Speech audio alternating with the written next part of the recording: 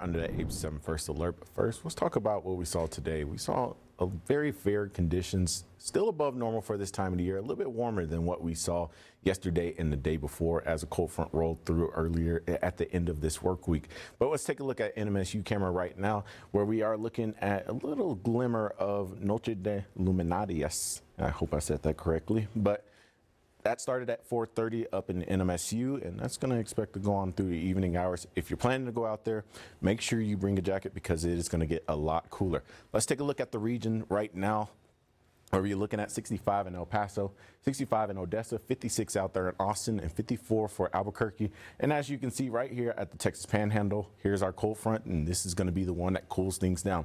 But before that, let's talk about the winds. Right now, we are looking at a wind gust of 22 in El Paso, 28 in Las Cruces, and 31 out there in Guadalupe Pass. And this is going to continue throughout the night. Let's go on and time it out for you. Cold front drops in. We are going to still see low-end winds across the region, where we could see wind gusts up to about 35 miles an hour.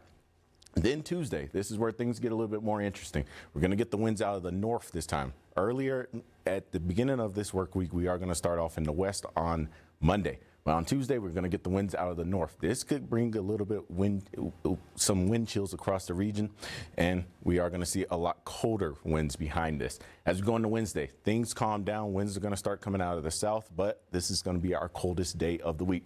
Go on to time out the cold for you one more time. As we go through Tuesday, we are going to see a lot cooler conditions. High pressure comes in, things calm down, but we are going to be a lot colder as we go into your Tuesday, your Wednesday into your Thursday. Three things you want to think about: people, pets, and pipes. And then I'm going to actually throw in a fourth P for you, your plants as well.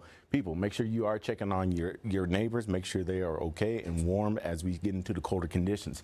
Pets, bring in your pets. If you can't, make sure you have some warmth for them.